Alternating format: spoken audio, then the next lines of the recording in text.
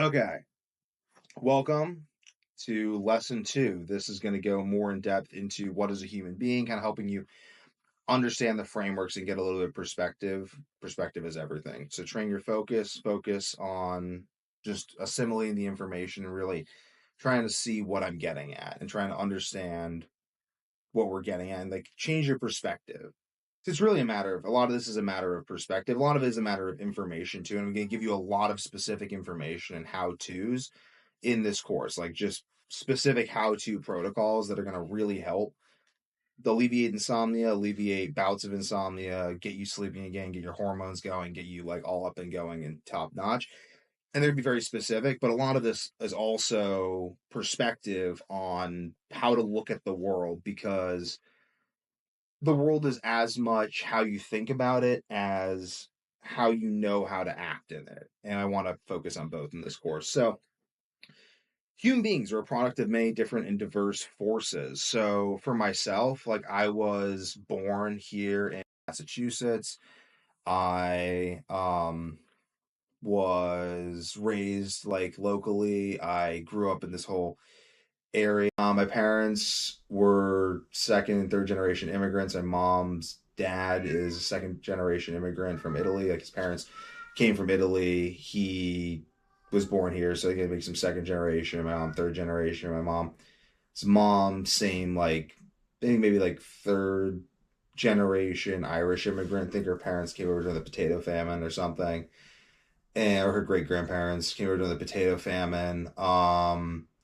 My mother grew up in Providence. My dad grew up in Providence. His mother was a Yugoslavian immigrant, and his dad was a like Irish and Englishman who I'm not quite entirely sure on their background, but I could look into that more. But anyway, though, so like my dad has really good health in many ways because his mother grew up on a farm in Yugoslavia, so he has all the gut bacteria of a basically third world farmer, and or I guess second world farmer, third, second, but just a rural farmer, very very very rural farmer who did everything with their hands. So he has very good gut bacteria from that because he was also like born vaginally. A lot of information, but anyway, so then like me though, I was born cesarean section. It's got a little scar on my face from that.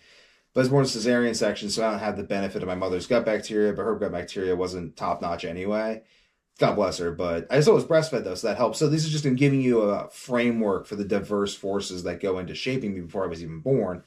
And my parents got microbiomes and their enzyme counts. Like my parents, if their mother's exposed to heavy metals, the heavy metals are passed down to the kid in utero. But like also like where you grow up, like lead, there's a lead in the pipes. I drank town water for most of my childhood, and there's probably lead in those pipes, so that's not great. I also grew up in this country and day and age, so I speak English. I didn't develop the English language, and the English language carries with it thought processes implicit to the syntax that I didn't develop. Just an interesting thing. Like we're byproducts of a language we didn't develop, and our thoughts are literally like I thought about this, like how many people have had my exact thoughts before, like these word patterns in my head, and it's like a lot, probably, because I'm thinking them in English, and other people can have thoughts in English. So like my thoughts aren't even mine; they're just these things that are like passed down to me through my language as a part of my heritage. It's just so interesting. And then like in Japan, they have like tatami floors, so the floor is like more like soft matting, but here floors are hardwood, and that changes how you walk around the floor. We wear a lot of like big soft shoes that change the way we walk. I try to wear barefoot shoes or no shoes at all, so that gives you maybe the most natural gait. And I have, you can, I can't really move away from without showing. But I just show you guys like my arches. Got like really great arches. I don't know if you can see that because I walk around barefoot all the time. But that's another influence that determines like how you develop as a human is like, do you walk around barefoot? How does your culture walk around? What's the norm? Because you're going to fall into the cultural norm. Even like the norms of drugs, like if you're depressed in our culture, it's very normal to prescribe medication, whereas in other cultures it may be more normal, it is more normal to pursue a more holistic route first. Just another influence. Even our Western drugs of choice, caffeine, alcohol, prescription medications are legal, but caffeine and alcohol are very legal. Um, Basically, like the most popular recreational drugs of choice in the United States. Caffeine can have may health benefits in certain senses, but a lot of the way it's consumed in energy drinks, very much not so. But alcohol, really, very few health benefits, if any. And I think there might be some health benefits to alcohol consumed in very specific ways, but I don't know what those are yet. But alcohol, though, very damaging, especially the way most people consume it, which is very low quality alcohol. Certainly not like organic tequila or something, or like organic red wine, but alcohol is very commonly consumed in the culture, but our culture also looks down on things like psychedelics, looks down on things more like herbal medicine, like ashwagandha, taking mucuna pruriens, taking these things. And I mean, you should definitely be careful with herbs. I mean, like, just be very careful with herbs. Herbs are drugs. Treat them like drugs. Treat everything like a drug because it kind of all is. But the way our culture frames things is very interesting. Like, we're like psychedelics, like, woo, like, the method of ingestion of drugs. Another thing to know, because we're talking about drugs, the method of ingestion is just as important as the drug itself or as the dosage of the drug. So, consuming a refinement of coca leaf in the form of cocaine through nasal ingestion is going to be very different than chewing coca leaves. I've never done that either. I've never like had access to them. I would have tried it if I had access, but um, chewing coca leaves would be a completely different thing because you're getting different alkaloids, they're released at different rates, absorbed differently, and it's just a different experience than it would be a different experience biochemically, physiologically, psychologically than.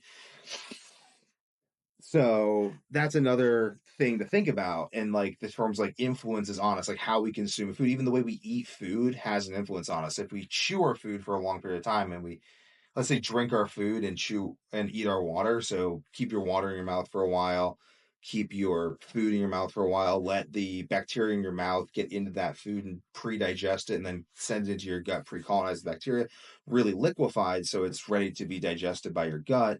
That's going to have a lot of benefits. So like even like the amount of sunlight you get, like sunlight exposure in your eyes in early childhood is predictive of whether or not you need glasses later on. And something I've even found is like getting sunlight in my eyes has improved my eyesight because I was noticing my eyesight was getting worse, which I just didn't like because like I had perfect eyesight my whole life, like beyond perfect eyesight. And it's like I want to keep that. And I noticed it was getting worse when I was in college. I'm like, oh, it's because I'm inside all the time. So I made more time to get outside, get sunlight in my eyes. And lo and behold, everyone tells you it's going to cause retinal decay, but sunlight's good for your eyes, it turns out, crazy enough. I mean, it's what I think it is. But even like the animals that we interact with, so there's something like epigenetics. Um, that's another thing. So our genes, only about 10% of our genes are active at any point in time. So genes code for proteins, and these proteins build structures that tell our body what to do and basically just create us. So epigenetics is the study of how genes turn on and off in response to environmental triggers such as diet, such as cold exposure. Like a cool epigenetic example is if you take cold showers regularly, your white fat cells turn into brown fat cells because it literally triggers them to change genetically and become different kinds of fat cells. That become brown fat cells that have mitochondria, are capable of producing heat and will actually burn away the fat for you because epigenetics, man, like it's really cool how your body can change in response to stimuli. And even it changes in response to thoughts too, because thoughts are stimuli. So our thoughts can influence our epigenetics. You've heard the placebo and nocebo effect, how I can give you a drug or I can give you a sugar pill, tell you it's a drug that'll make you better and you'll feel better. I can give you a sugar pill, tell you it's a drug that'll make you sick and you'll get sick. So sugar pill, the poison or remedy was in your mind the whole time, which should think about that for the rest of your life. And even how the majority of the genetic material in our bodies isn't human. The majority of the genetic material in our bodies on a cell by cell basis is actually bacterial. So most of us, like most of what I think of as me, isn't even human DNA. It's actually bacteria that I get from animals that my culture is exposed to through animal husbandry, that I get through my parents, that I get through jujitsu, that I get through my wife, that I get through my kids, that I get through like shaking someone's hand, that I get through the air, and all these things. It's really, really profound the amount of information that's coming into us, the amount of things that are influencing us, the amount of threads throughout the culture and throughout history that are influencing us, the amount of forces that are marketing to us, like just marketing in our culture. Like we've all got these in our pockets. And what that means is that each of us has this device that's just constantly giving us information. Um, be that good information, bad information, information that stresses us out, information that causes us to get sick, information that makes us think about unproductive things, information that prompts us to watch pornography or do drugs or do harmful. I mean, not necessarily against doing drugs. If you're going to do drugs, do very, very clean drugs that are super pure, that are preferably like not illegal. Like they don't recommend you should do illegal drugs. Definitely don't do illegal drugs, actually. I definitely don't recommend anyone do anything illegal in any country they're in. But let's say you're in the middle of the ocean, you have access to psychedelics. Those would be a good drug to do that wouldn't be illegal at that point in time if you were someone who wasn't me. And but let's just say you're a heroin addict, and I'm just saying this as someone who's never done heroin. I'll never touch this stuff. I don't recommend anyone ever touch this stuff. From what I've heard, it's horrible, but let's say you're a heroin addict. I'm not a heroin addict, but let's just say theoretically I was coaching a heroin addict. What I would tell the heroin addict is get the purest stuff you possibly can, and then let's get you as healthy as possible so you're not in pain. Let's try to deal with whatever pain we can deal with that's prompting you to use heroin, provided you're someone who's doing it because you're in pain. You're not just someone who's like, I don't know, just wants to do heroin to be self-destructive or numb things that you're doing that are currently causing pain that are self-destructive, whatever. But I would encourage you to get productive, to think productively about it and not have a defeatist mentality regardless of what it is. People are like, oh, I'm using caffeine. Like, regardless of what you think about caffeine, I think caffeine can be used very productively, but use good quality caffeine. Don't drink energy drinks, drink organic coffee, use or high quality caffeine pills, these sorts of things. Consume it in a way that's healthy and productive for you, because at the end of the day, that's what really matters. It's not some dogma. But I digress. So we have all this stuff going on. We have EMF from all these devices. We have whatever they're spraying in the air with the chemtrails, if that's going on. We have like lead in the soil and heavy metals in the soil from all these different reasons. We have soil depletion going on, so there's not as much nutrients in the soil. So apparently everyone's magnesium deficient and deficient in a bunch of other things because there's no magnesium in the soil because we're not engaging in regenerative agriculture. So there's just all this stuff going on. It's all going on constantly, and like people aren't even starving to death anymore in mass, at least around the world, because we've at least solved that problem. But there's just all these diverse forces. I'm trying to give you this picture of this like very, very diverse world of millions of things going on, and like the lead pipes, but at the same time, the government trying to get rid of the lead in the lead paint in houses so people aren't being exposed. Like we're this species that struggles forth nobly to try to pull ourselves out of the mud and mire and become what we can be, which is something grand and glorious. But we have all these different influences, so we should really try to be aware of ourselves as the result of these influences so that we don't become single-mindedly focused, let's say, like someone who, even like how we breathe, shallow inhale, shallow exhale, these things are all linked to inflammation, grounding, getting your feet in the ground. Like there's a million different things, like a million things that we can go into that influence and create human beings. And this video just is going to be the beginning of directing you to think outside the box. Even this box I've just created for you by giving you all this information, that's information is another box. Just keep going out of the box. Keep trying to understand what you are, because we don't really understand ourselves as human beings. If we did, we'd live forever and have a perfect society.